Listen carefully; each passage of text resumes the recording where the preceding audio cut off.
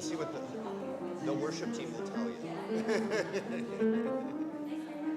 Oh, thank you. Yeah, I paid a lot for it, so normally I don't. But I was like, I'll go to a bar where they put a wet towel and everything on me. So anyway,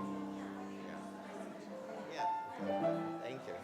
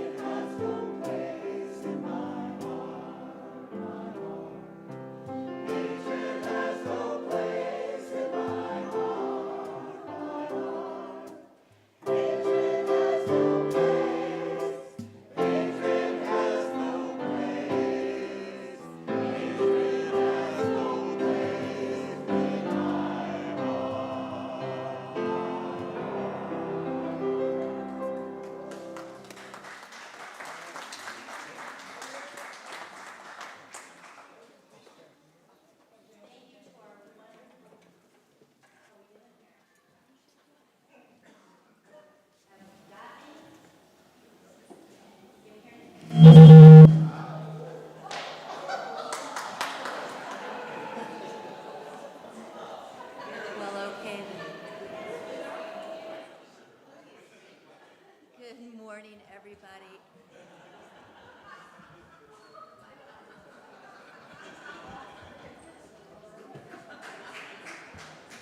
Woo.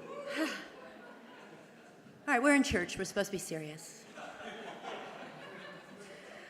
It's such a phenomenally beautiful morning. I was saying to some people I just met out front, but it's sticking with me. It's the breeze is cool enough to keep you cool, but not cool enough to make you shudder. And the warmth is warm enough to feel the sun and how wonderful it is to be here, but not warm enough to make you want to grab an ice cube. It's just kind of a perfect California day in this beautiful place. We are so lucky to be here, but we know that. I am so lucky to be here. My name is Tracy Blender. I'm your worship associate for today, and thank you for letting me be here. We reground ourselves here in our highest values. Love is the center and foundation of this faith. Love is the power that holds us together as a community. As we enter into worship, let us open our hearts to the healing power of liberating love. Because love is not only something we receive, it's something we can practice in community. Let fall away all that might distract us from the wholehearted practice of love. Let us be accountable to one another for doing the work of living our shared values through the spiritual discipline of coming from a place of love. As we continue to listen and learn, to act and grow, may each unfold in wholeness, both deeply loving and feeling truly loved. We welcome you here. I have a few announcements to make this morning. The Class and Classism class is going on in the PUC library from 12:30 to 2:30 today, and again on October 26th. When you're pulling out your cell phones to silence them, if you want to add those two dates to your calendar, now's a great time to do it. It'll be in the sanctuary. Today. So hopefully you didn't get as far as to put in the library. You could put in the sanctuary. It'll be held in here today. Thank you, Haven.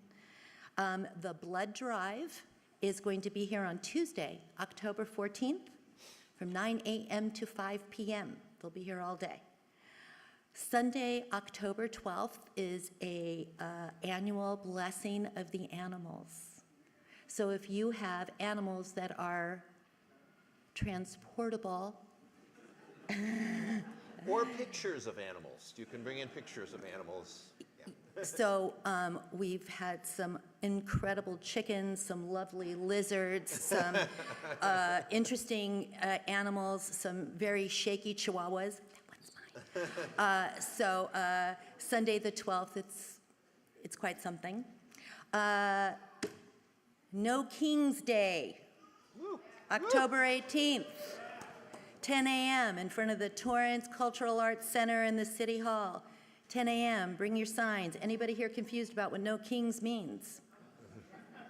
If you are and you don't want to admit it, hit me up on the patio. I'd be more than happy to explain it. Auction. I'm shouting out to them one more time, that committee. I know you've heard it already. But man, these people start like months before. And I'm sure you all got in your emails who won what, and if you're hosting something, who won a seat at your event. They're still working. Amazing. Thank you. Thank you for your time and your talent. Our donations are appreciated, but our donations of our time and our talent for one thing, two things, many things, is part of what makes this community what it is. Dinner with yous. You don't have to come, but I'll invite you. You don't have to host, but I'd love it if you did. I'll email you the next person who wants to host, and you can email whether or not you can attend. If you'd be interested in doing this, please sign up at the welcome table. Again, no obligation, but it's a wonderful way to get to know everybody. And now I bring up Gary Hart.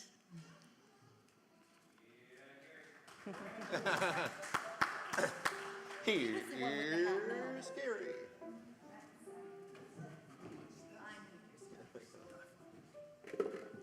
Oh, that was yours. Okay. I bring props. Hello, everybody. It's been said that a committee is a group of the unwilling picked from the unfit to do the unnecessary. And I'm here to tell you that is not the case here at PUC. We have some people who have been on lots of committees and lots of wonderful things, and the committees working together have made this what this place is today. They're very important.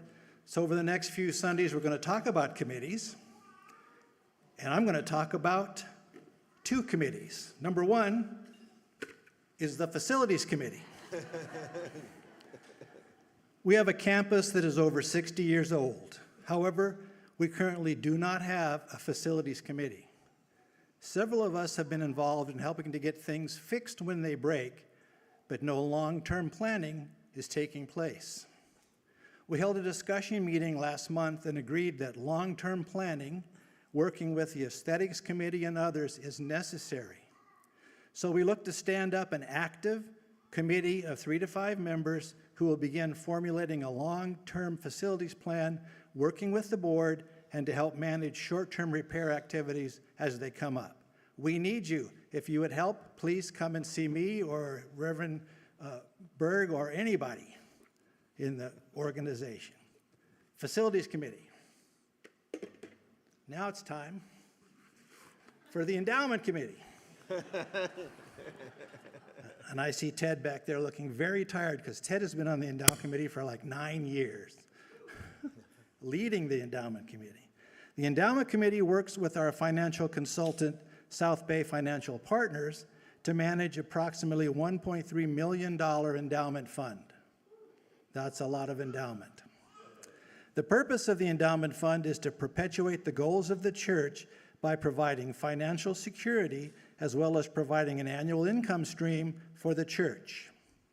This committee meets once each quarter to review and amend investment mix to ensure we are as green as it makes sense in our investments, and then we have a portfolio that provides PUC with the flexibility it needs to meet its financial needs.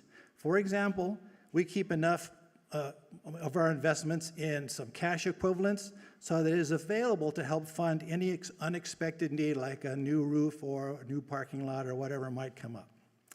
The members of this committee have had several years on the committee and they're very tired.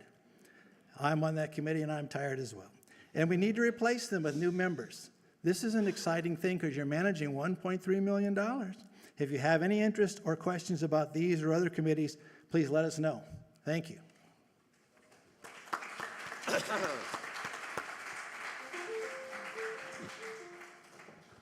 Truly a man of many hats here, as many people are.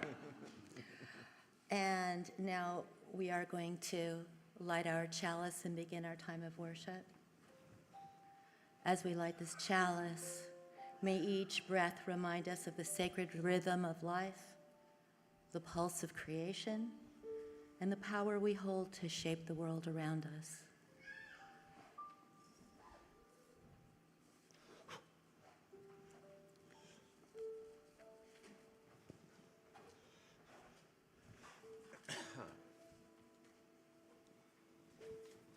All right. Thank you all. Thank you, Tracy. Thank you, choir. Thank you, Gary. Thank you, Severin. Thank you all for being here. I'm Pastor Joshua. Good morning. Let's see. Well, I can just leave that there. Today is actually going to be a prop and a hat day. You have no idea. There's more to come. We did not coordinate it either, but we shall see. All right. So the call to worship this morning, we're going to be talking about, because we're a Unitarian Universalist church, so we're going to talk about today the Universalist part of that name a little bit. So the call to worship is an excerpt from A Religion of Greatness by one of our Universalist ancestors, Clarence Skinner. And it's written in the language of 18th century, so bear with me. It actually is gendered language too, so bear with me on that. Maybe I can change it as I go along. A Religion of Greatness. So, The religion of the unities and universals is a radical cure. It gets down to the roots out of which prejudice grows. It digs into the soil of humankind's selfishness, superstitions, and distortions. It destroys the vicious partialisms which would lock people into divisive cells of race, denying them the common rights of humanity.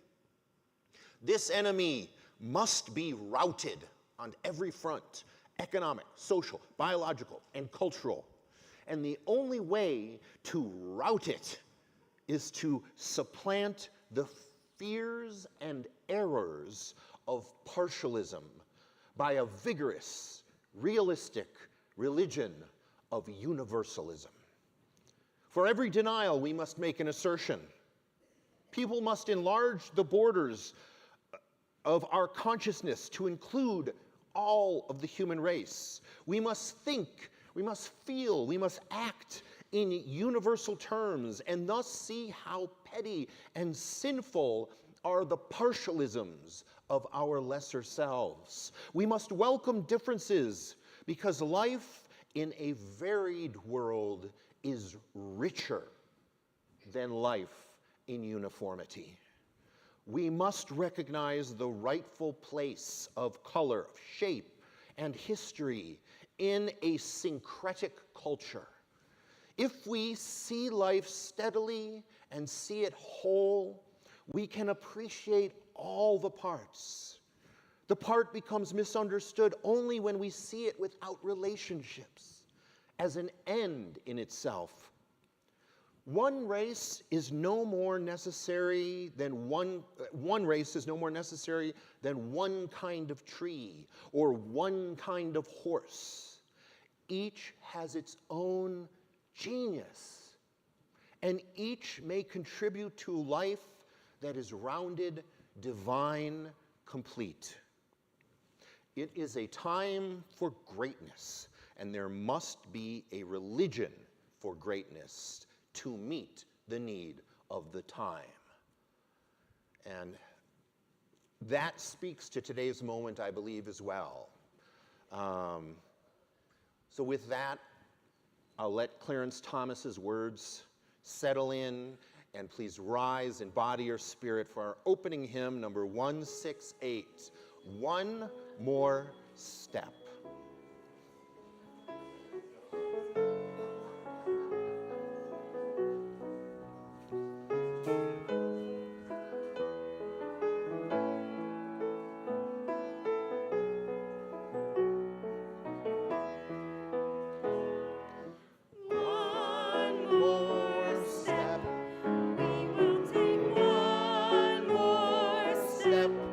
Till there is peace on us, and everyone will take one more step. One more word. We will say one more word. Till there is word is heard by everyone. We'll take one more word. Prayer. One more prayer. We will say one more prayer. Till there is prayer is shared by everyone. We'll say one more prayer. One more song. One more song. We will sing one more song. Till every song is sung by everyone. We'll take one more song. Nice job, everybody. Awesome. Yeah. Yeah, thank you. Thank you, Shayna, for helping us out, for singing along. So I'm going to give Alex some time to work on the AV for a moment. You know, things happen. While I invite up our guest today for a moment for all ages. And it's a very special guest we have this morning. None of you really know about this. It's actually my identical twin cousin is coming. He's also a pastor. His name is Pastor Jaunty. He comes over from England. So I'm going to invite all the youth to come up to the stage, and everybody young at heart as well to come up here. And I'll bring up Pastor Jaunty. Hello. Welcome all. I'm Pastor Jaunty. Oh, let me get my script. Oh dear. Dear me. Here we go. Okay.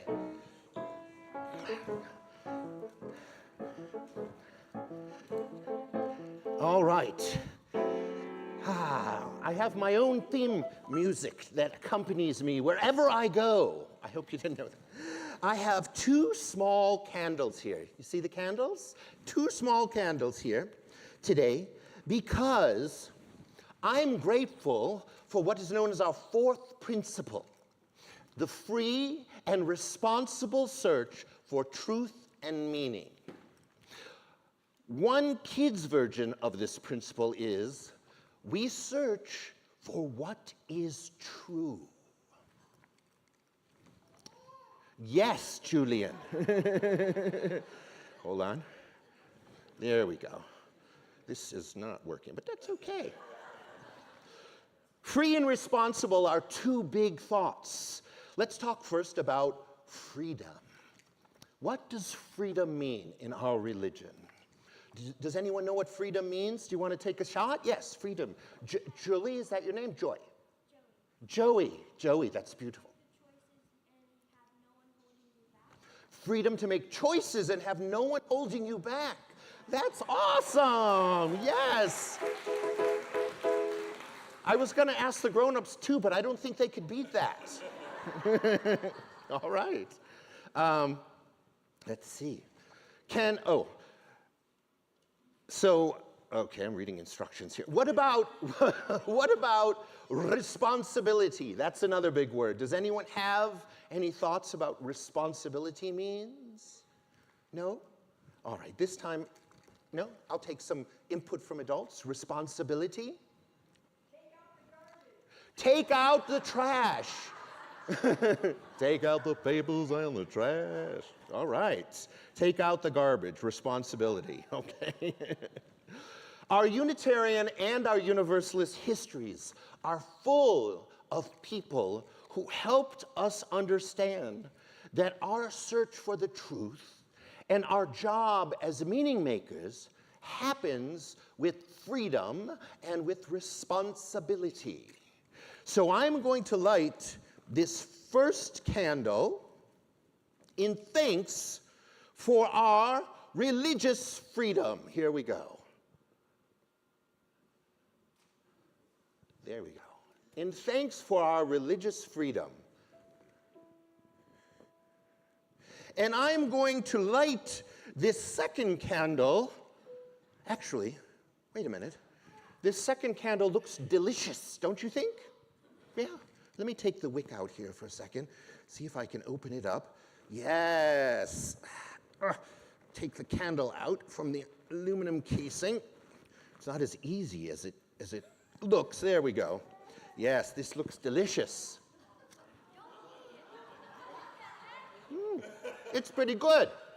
You want some candle? Are you sure? No? Okay. All right. Be careful. Oh, okay. It says in the instructions, be careful not to swallow the wick.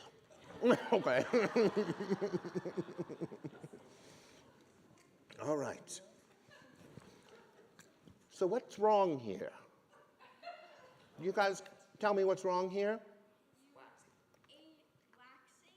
I ate a wax candle? Yes. Yeah. Okay.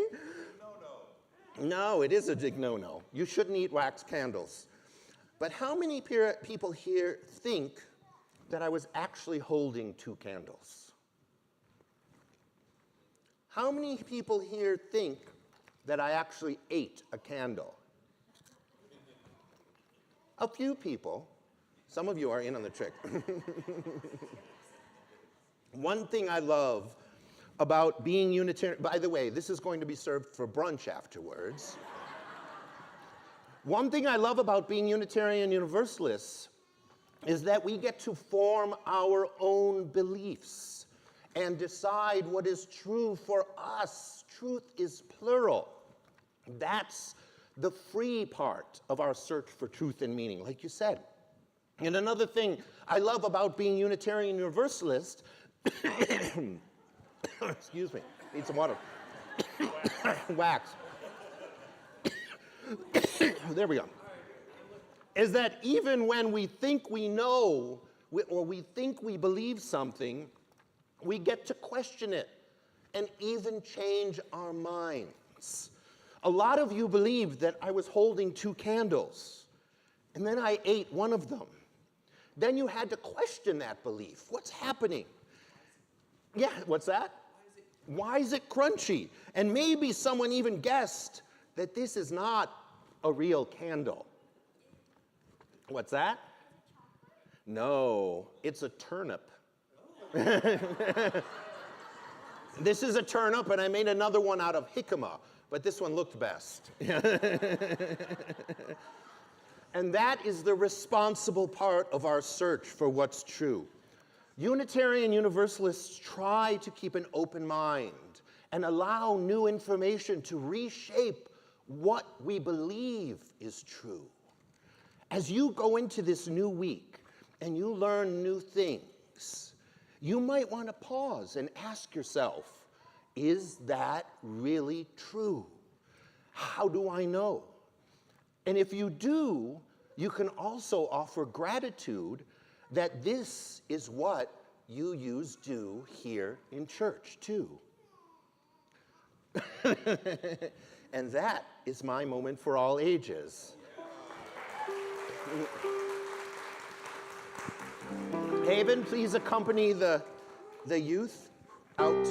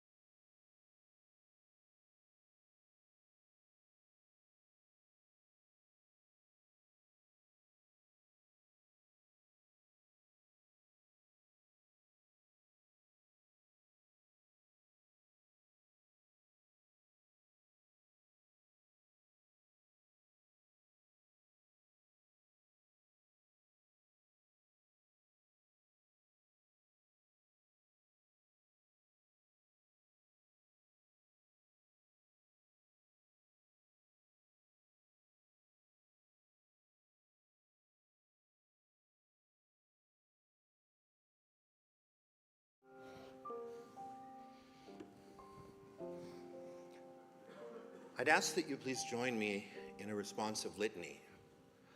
I'm going to ask you all to repeat as you can and will after me the words, "No one is outside the circle of love."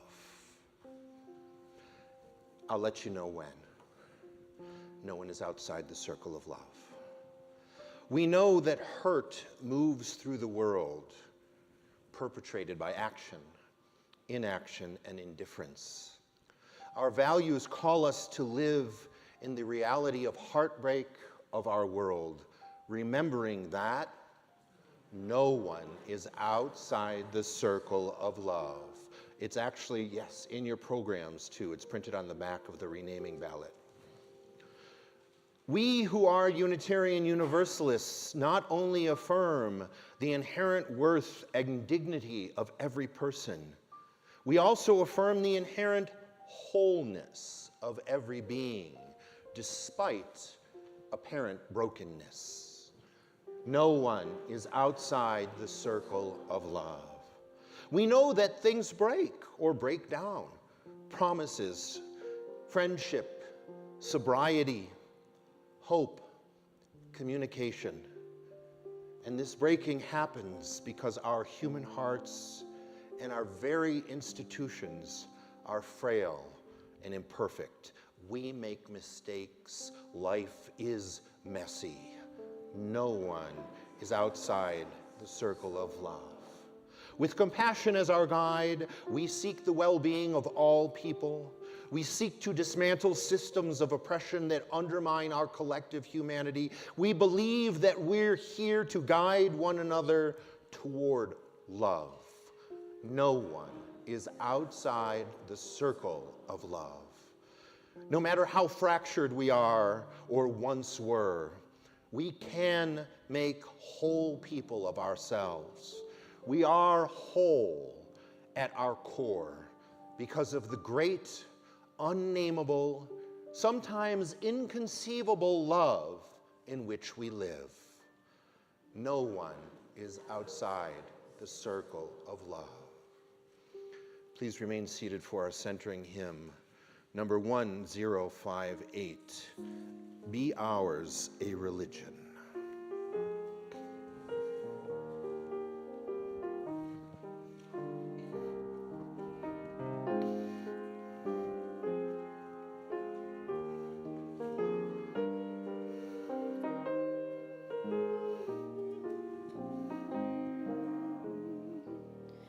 Be ours a religion which like sunshine goes everywhere, its temple all space, its shrine the good heart, its creed all truth, its ritual workings of love.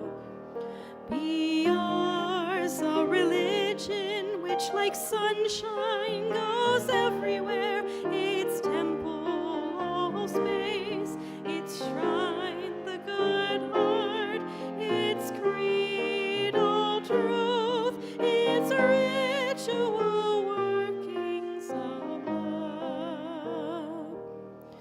Be ours a religion which like sunshine goes everywhere, its temple all space, its shrine the good heart, its creed all truth, its ritual workings of love.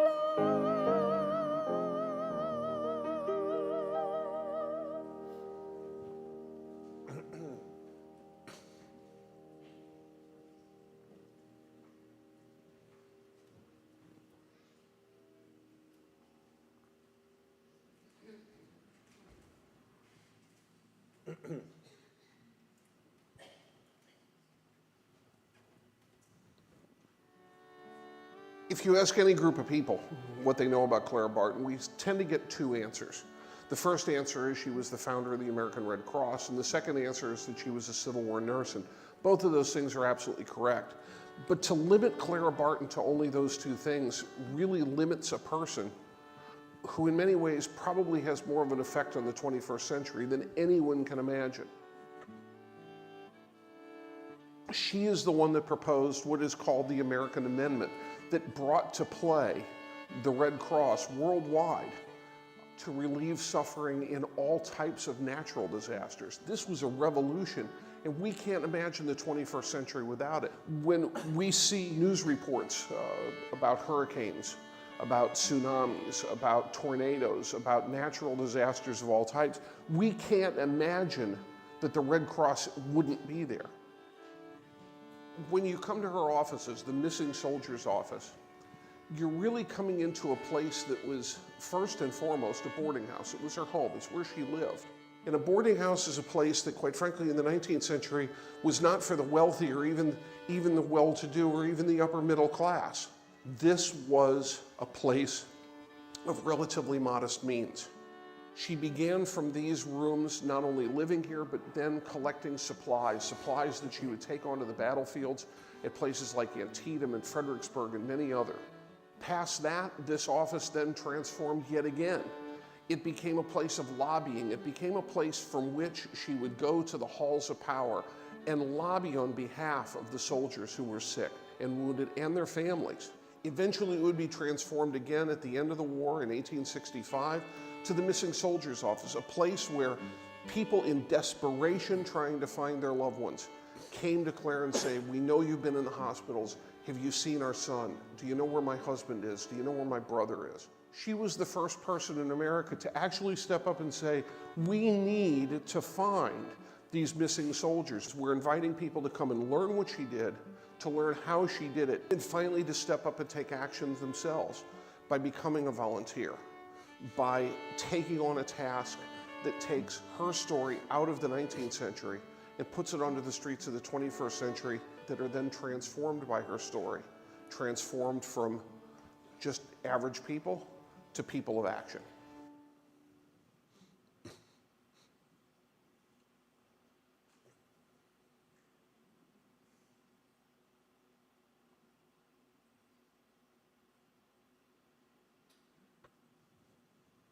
Annie Bizzle Jordan Willis. She was born on May 30th, 1893 in Lewisburg, North Carolina. Miss Annie was a teacher and spent most of her life running a school in Virginia which gave African American children equal access to a quality education long before Brown versus the Board of Education. Miss Annie's father, Joseph Fletcher Jordan, became a Universalist because they believed that every person is universally saved. Jordan was one of the first African American Universalist ministers in America. In 1904, Annie B. Jordan and her father moved with the rest of their family to Suffolk, Virginia, where her father took over control of the Suffolk Normal Training School. Annie B. Jordan started teaching in that school when she was a teenager and just never left. When her father passed away, Miss Annie took control of the school. The Jordan Normal Training School, as it was later renamed, started as a Universalist mission school to educate African American children in that community who were not allowed to attend neighborhood schools due to segregation. But the Jordan Normal Training School offered a quality education to all children and actually became a model of integration with both black and white students more than 30 years before public schools were forced to integrate. And it was a wonderful school. Many graduates went on to become very successful and important members of their community. Miss Annie stayed at the school through many changes in names and vision. When the Universalists, who favored long-term mission projects like the school, merged with the Unitarians, who preferred short-term mission work, the school lost even more of its support. But Annie B. Jordan Willis kept the school open with fundraising until she retired in 1974. Remember, her family first became involved with the school 70 years before that. Her last words to her successor at the school were, "Watch out for my children." The school lasted 7 more years after her death. Annie B. Jordan Willis was a Universalist and a gifted educator. She was remembered most fondly for her loving and kind nature and firm commitment to anti-racism and providing equal opportunity to all children.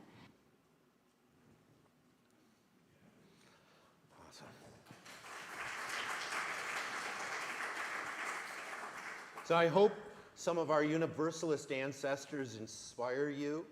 Clara Barton, Annie B. Jordan Willis. Today, as you heard, I'm talking about the Universalist part of Unitarian Universalism, which, as they said, joined in 1961. So you may have heard this quote before, but I'll repeat it. Some of you may know it. Whereas Unitarians, especially in the early 19th century America, believed that people like themselves were too good to be damned. Universalists believed that God was too good to damn them, that all could be saved. At the Universalist Gloucester Centennial of 1870, Edward Everett Hale, who was actually a Unitarian, expressed this very Universalist sentiment in the following way. He said, if America is to succeed, it is because God is love and loves each and all of his children. This message of universal salvation, that all can be saved, that all are loved, has been preached in some form or another in America since John Murray, who is the founder of the first American Universalist Church in Massachusetts at the end of the 18th century. This message of universal love has been preached. And over the generations, the message has changed. As you heard, it started as a Protestant, Christ-centered message of salvation from sin.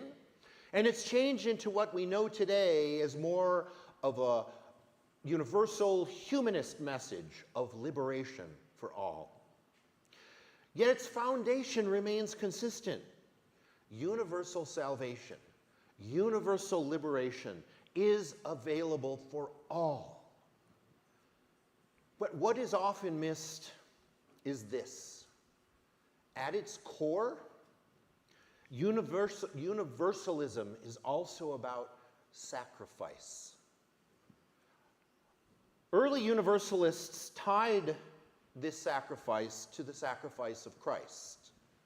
Today, we embody it in the sacrifices we make for each other's liberation.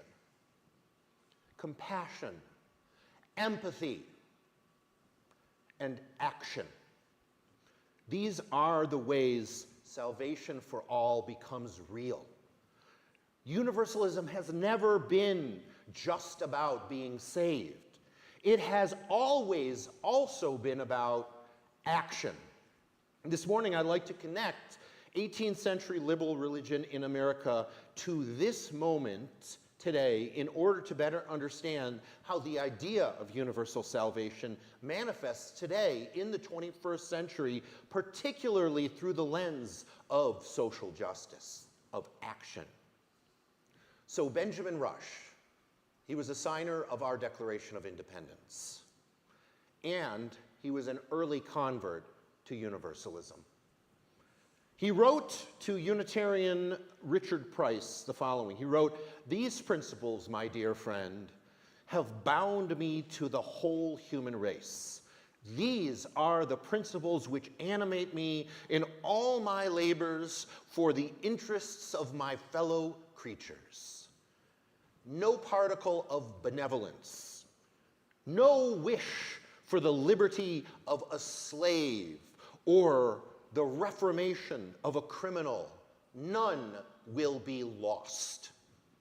They must all be finally made effectual, for they all flow from the great author of goodness who implants no principles of action in man in vain." And Rush connects Universalist theology directly to the social issues of his day, of the time, slavery and prison reform. Today, we have similar issues in modern-day slavery and abolition. He understood more broad abolition. He understood that a faith of universal salvation demanded benevolence toward others, toward all. He made this even more explicit in a letter to Reverend Jeremy Belknap opposing the death penalty. Quote, "A belief in God's universal love to all his creatures, and that he will finally restore all those of them that are miserable to happiness, is a polar truth.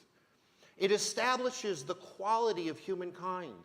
It abolishes the punishment of death for any crime and converts jails into houses of repentance and repair. Would that that were true." From the beginning, Universalism required attention to human dignity, it required attention to justice, and it required attention to reform. And it must require those things today, especially now, as well. Social conscience is a through line. Ernest Cassara, in his book Universalism in America, A Documentary History of a Liberal Faith, writes, "It should be expected that a gospel which preached the ultimate salvation of every single individual in the future life would be concerned with the lot of every individual on earth." Indeed, Universalists throughout history, Benjamin Rush, Horace Greeley, Clara Barton, Annie Willis, and many others, insisted that belief in salvation for all demanded action for justice here and now. That's our Universalist heritage. In the 20th century, Clarence Skinner, who I read at the beginning, he was a Universalist professor and a minister, argued in an essay called The Social Implications of Universalism in 1915. He argued the Universalist idea of God is that of a universal, of an impartial, of an immanent spirit whose nature is love. It is the largest thought the world has ever known. It is the most revolutionary doctrine ever proclaimed, is what he argued. It is the most expansive hope ever dreamed. Skinner understood that theology and social order shape each other. The more we embrace a universal and a loving spirit, the more we are driven towards democracy, equality, and justice. And this thinking culminated in the 1917 Universalist General Convention's social program.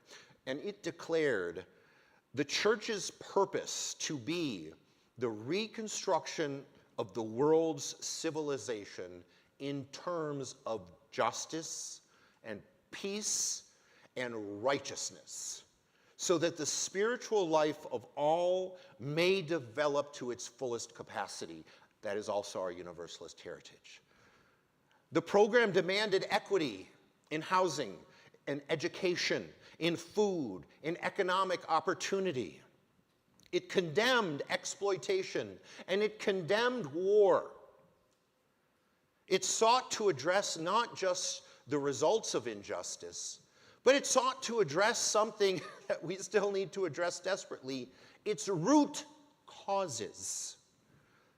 Universalism, in other words, has always insisted, if all can be free, then all must be free. Today, our understanding of universalism has deepened as well, and I would say in two crucial ways. First, we are realizing that we cannot only look outward at society's injustices and what's happening terribly out there. We must look inward at our own complicity. True equity requires honest reckoning with our own participation in systems of harm. And second, we are expanding the very definition of humanity. For too long, and even to today, white supremacy defines whose humanity counts.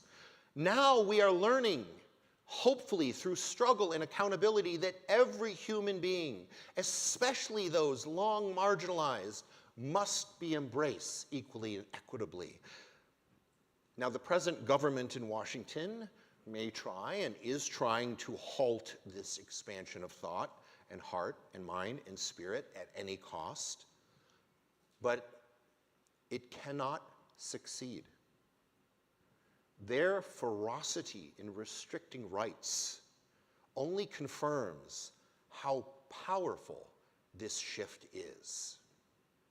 If our awareness of equality and our awareness of universal acceptance and love weren't growing, if our solidarity with others, our interdependence, our solidarity weren't deepening, they wouldn't be so afraid.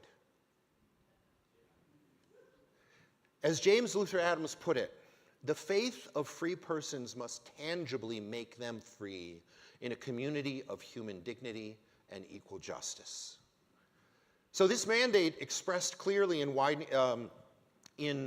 a report that was written in 2020 at one of our General Assemblies called Widening the Circle of Concern. Many of you probably heard of it.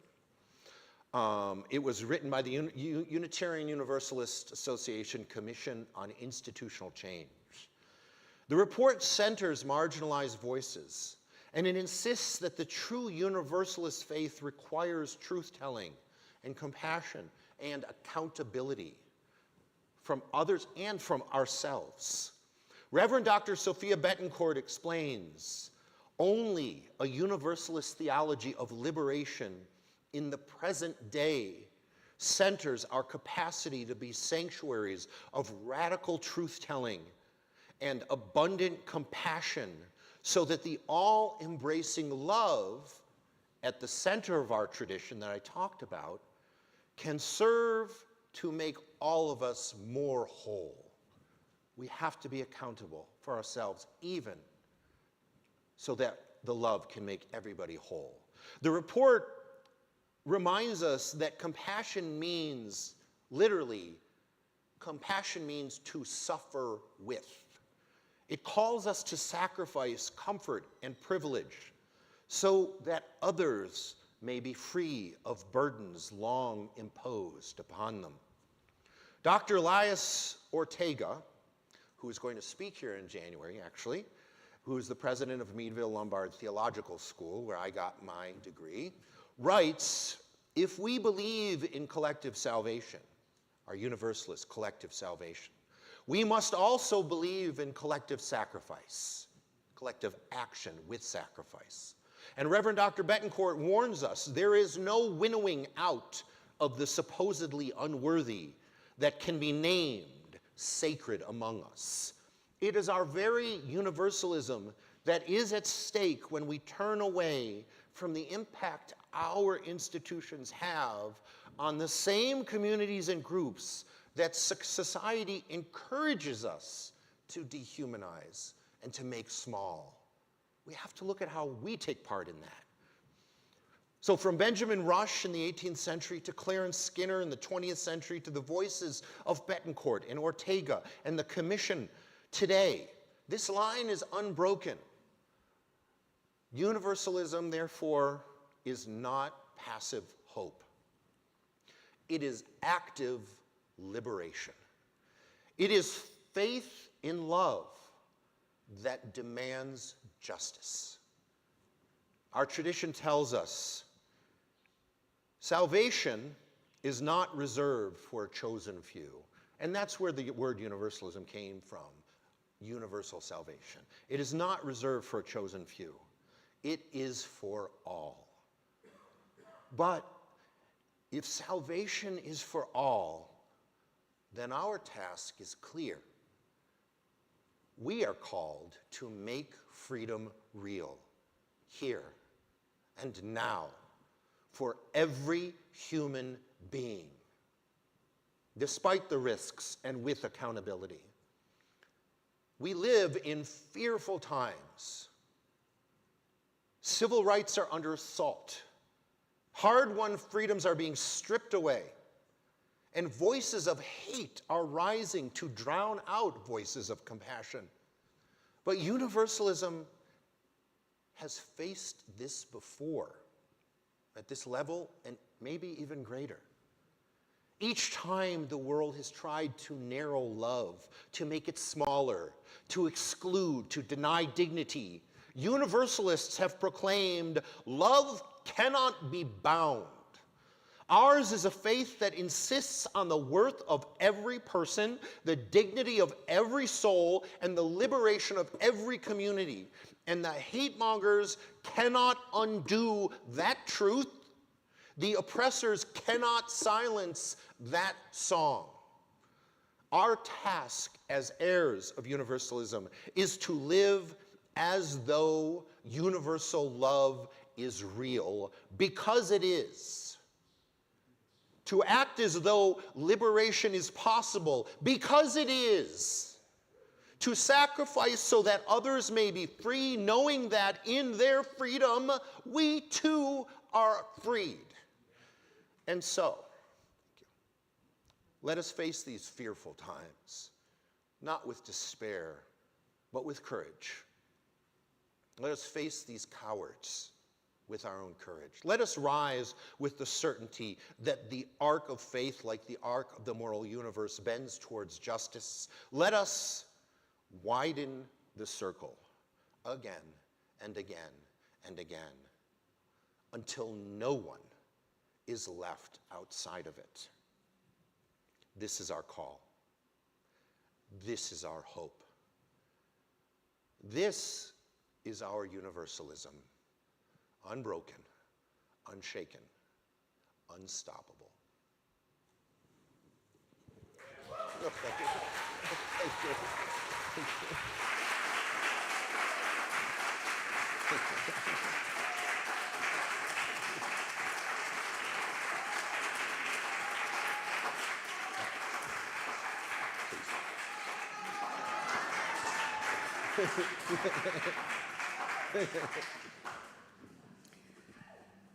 And now it's time for our offertory. Please give generously to our ushers coming down the aisle with the baskets. Thank you.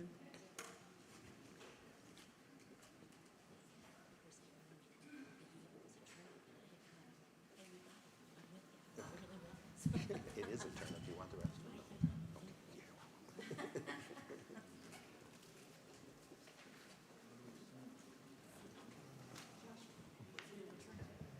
What? I think it's just a turnip. All right.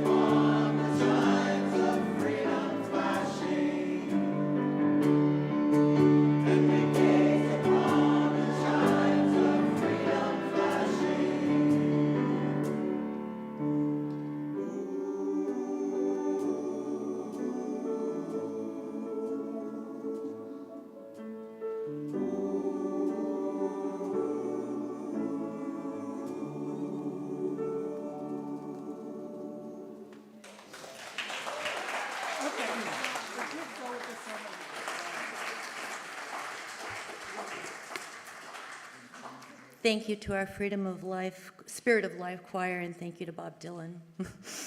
And now for our affirmation of gratitude. Let us be grateful when we are able to give, for many do not have that privilege. Let us be grateful for all those who share their gifts, for we are enriched by their giving. And let us be grateful even for our needs, so that we may experience the generosity of others.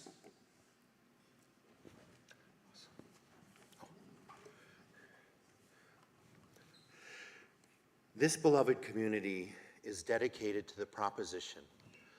Oh, please rise as you are able. I'm sorry, as you are able. Hold hands if you are able and are willing. This beloved community is dedicated to the proposition that within all our differences, in all our diversity, there is a unity that makes us one, a bond that holds us together in spite of time and death and the space between the stars. We rise in silent witness to that unity.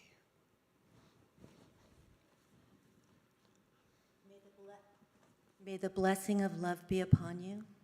May love's peace abide with you. May love's presence illuminate your hearts now and forevermore. So be it. Amen. Ashe. Shalom. Salam. Namaste. And blessed be. And now our service truly begins. Please stay for the post. Oh, go ahead. Please stay for the postlude and then join What he us for said. lunch. Yeah.